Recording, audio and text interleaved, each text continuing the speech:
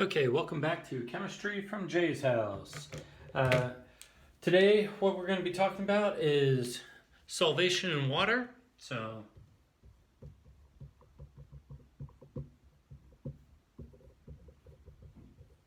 remember, solvation, that word is nothing more than a nerdy term for dissolving. So we're going to be talking about how substances dissolve in water, what dissolves in water, what doesn't. And this is going to loop right back around to electronegativity. So if you have any questions about this, you may want to go back and watch the chemical bond review video that talks about electronegativity, because this is going to continue right where that left off. So let's dive on in. What we found out in the last video is that chemical bonds kind of come in three flavors. So if we draw just a huge grid and we say there's three basic flavors. There's ionic, there's polar covalent, and there's non-polar covalent.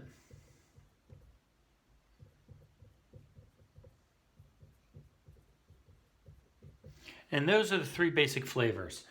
And this is completely defined by the electronegativity. So for ionic, what you would have is you would have one atom that really wants electrons, super awesome, and one atom that's terrible. So examples of that would be things like oxygen, which has an electronegativity of 3.5, and you'd have sodium, which has an electronegativity of 0.7.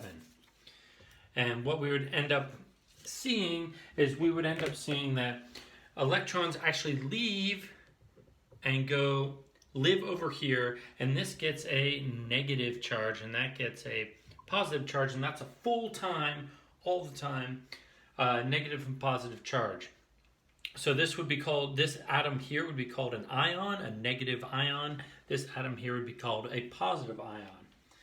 And if we look at polar covalent, we still have one atom that electrons love and one atom that electrons are kind of jazzed about.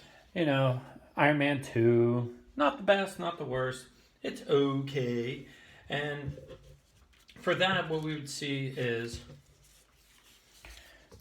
there's that 3.5, but now we're talking hydrogen with a 2.1. And so the electronegativity difference here is 1.4. So remember, if it is greater than 1.7, you're going to be ionic.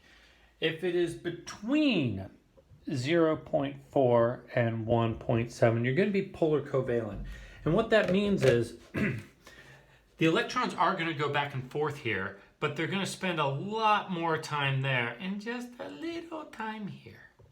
So it's covalent, which means that electrons are being shared. They can go back and forth here. But come on, Avengers Endgame versus Iron Man 2, it's really pretty much a no-brainer. So what you would get is you would get that this end of this covalent bond is a little more negative. You just find that there'd be electrons here more often, and this end would be a little more positive. There's just going to be fewer people in that theater. And what if you have very, very similar or identical atoms covalently bonded? Well, then you have that thing of if it is greater than, less than 0.4 difference, and that's just straight subtraction, then you get no charges. There is no positive or negatives or whatsoever. And what we would find out is, looking at this, you would end up talking about dissolving in water. This totally dissolves. Check, dissolves.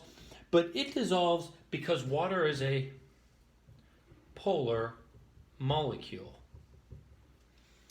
This dissolves, check, but the only way this dissolves is actually through something called hydrogen bonding, and we're going to talk more about that in just a minute.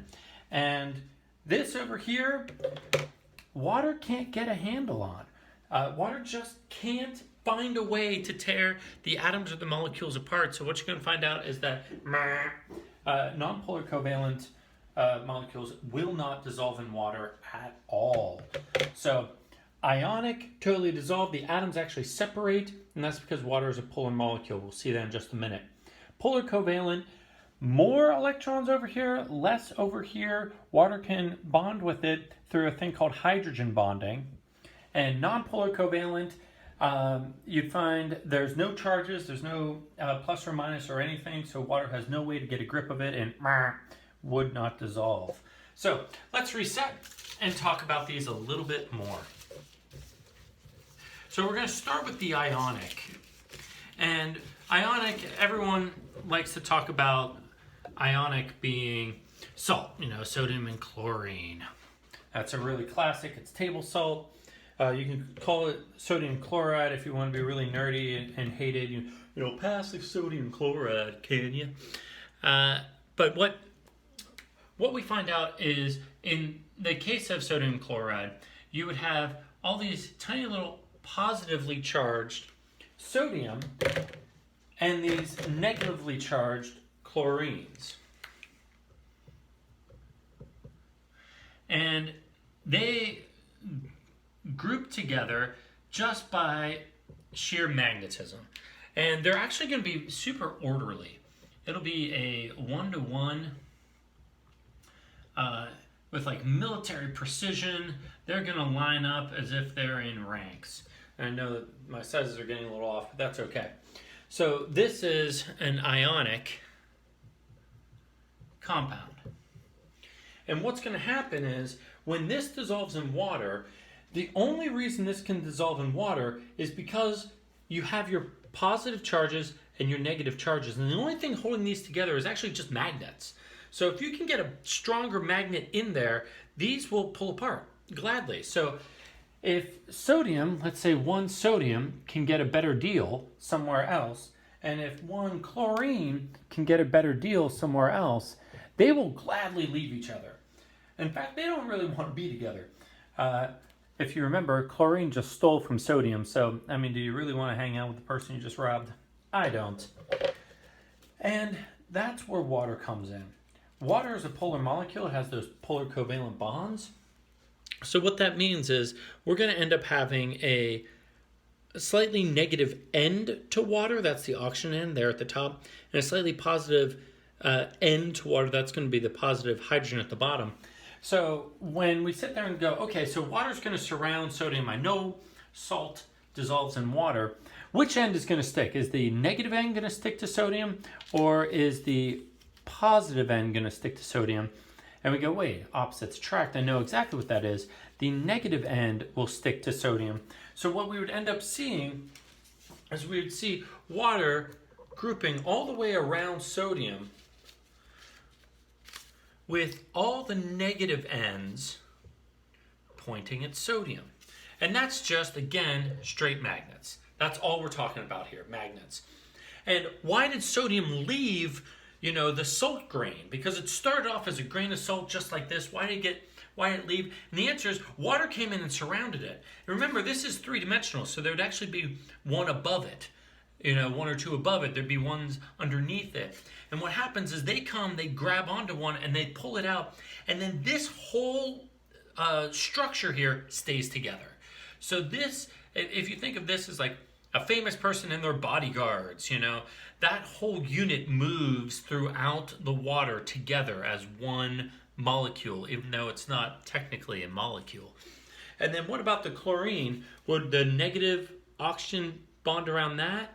And the answer is no. You would end up seeing the positive hydrogen end of water going there. Again, it's just magnets.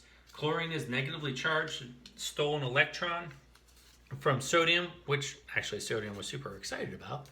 And so it gained a negative charge because it has one more electron than it has protons. And then what we would see is that the positive end of water would bond around that. So there we go. There's our chlorine and sodium bonded. Now notice what has happened is that is a single atom. That is a single atom. This whole salt grain of salt is a bunch of atoms just stuck together by magnets, and they get pulled apart atom by atom.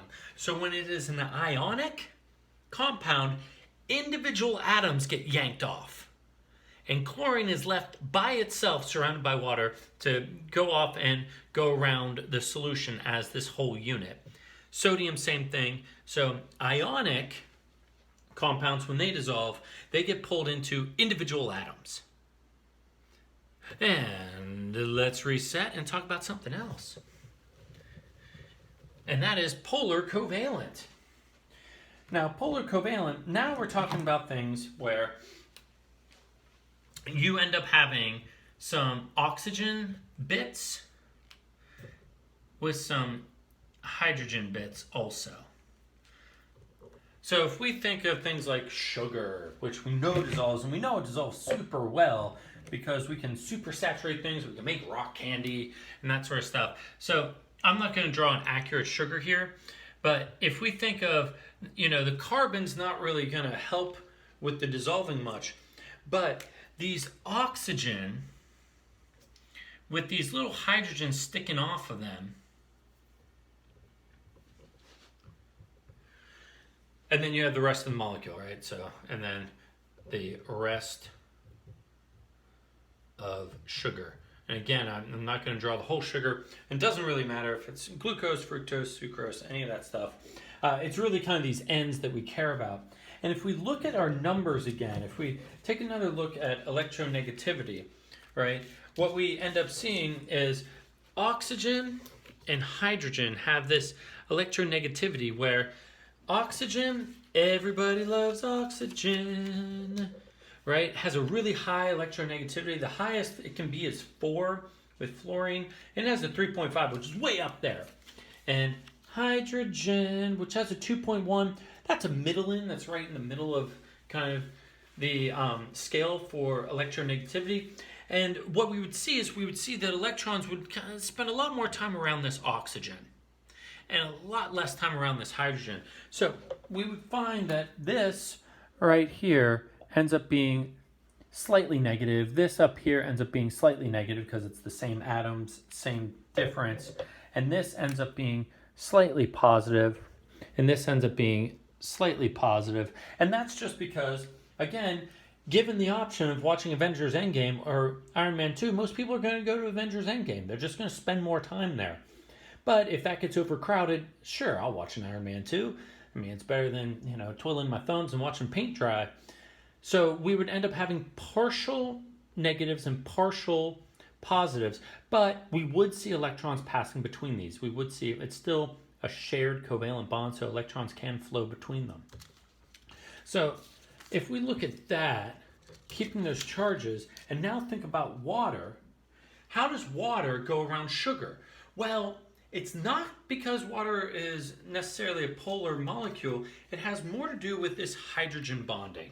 Now, if we remember hydrogen bonding, to hydrogen bond, you need two things. For there to be a hydrogen bond,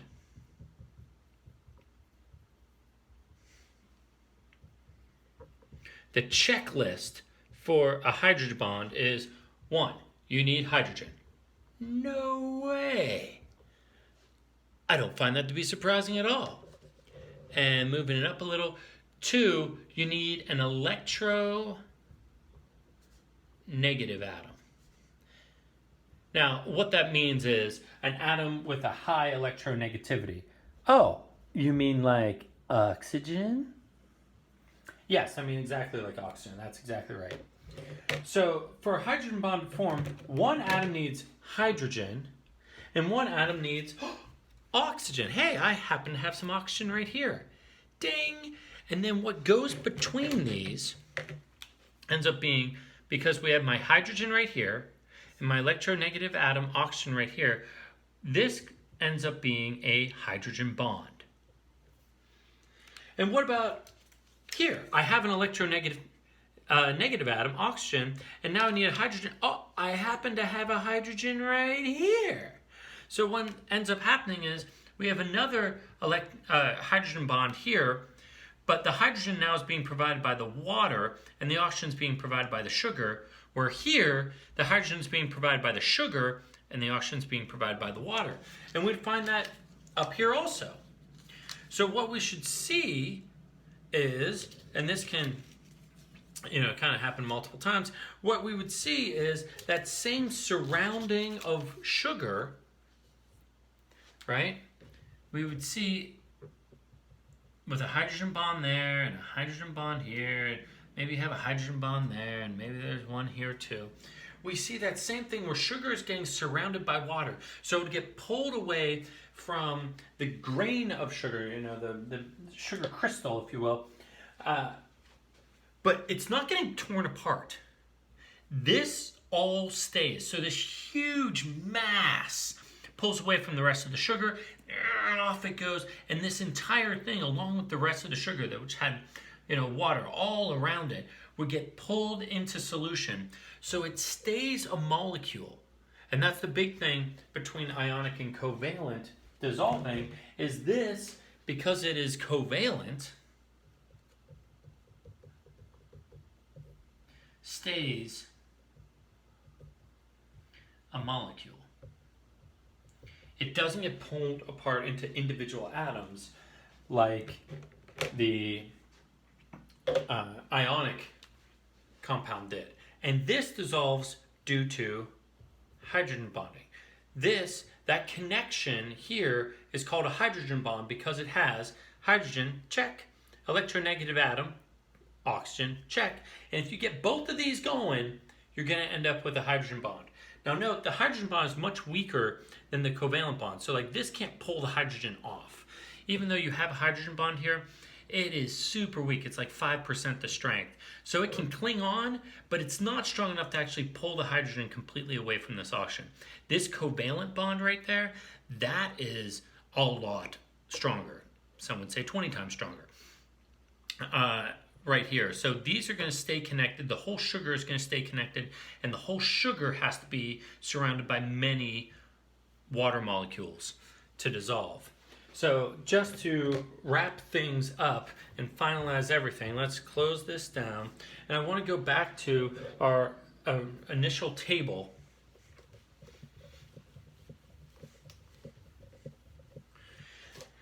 And that table was, once again,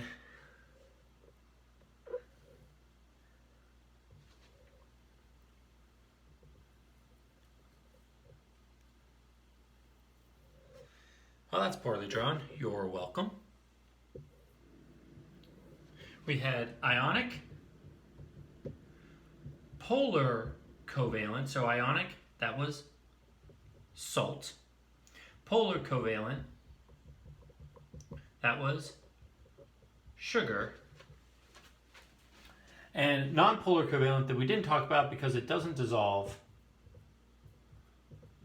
And that is things like oil. So we have ionic, polar covalent, and non-polar covalent. And again, if we think about movies and all that, ionic is when there's a huge difference between the movies. So you end up having sodium and oxygen. That difference is greater than 1.7. If we subtract those, we get 2.8, which is bigger than 1.7. So that is going to that will dissolve in water. It will dissolve in water by having this full-time negative oxygen and this full-time positive sodium get pulled apart. So what we would see is atoms, let me get a darker color.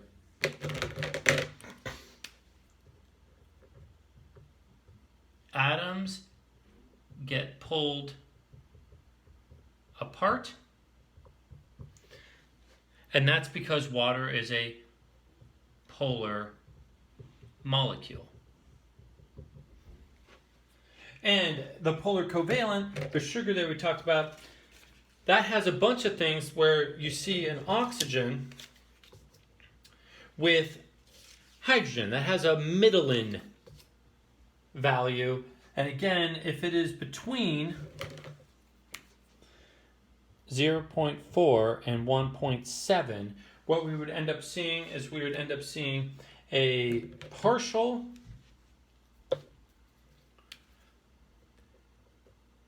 negative, partial positive. Again, atoms will flow between these, but spend more time here. And there, what we find out is that the molecules stay together. They don't get pulled apart into individual atoms like with the ions, where this gets fully surrounded, this gets fully surrounded, and they never come back together. These stay connected, and the whole thing has to be surrounded by water. Where this, water would just surround this, water would just surround this. This, water has to surround the whole thing. And that is because it can engage in hydrogen bonding with water. And again, if we look at our nonpolar, that's like oil, and we know that water and oil don't mix. That helps if you turn it right side up there, Chief. We know that water and oil don't mix. Again, if the difference in the likability of the movie, the electronegativity, is less than 0.4, then water has no grip on it. And what that means is water can't use its being a polar molecule or its ability to hydrogen bond to grab onto it, so it just has no way to stick to it and would not dissolve in water. So that is how the different types of bond dissolve in water through different mechanisms. Ionic, because water is a polar molecule. Polar covalent, because water can engage in hydrogen bonding. Non-polar covalent is not going to dissolve. There it is. Good luck to us all.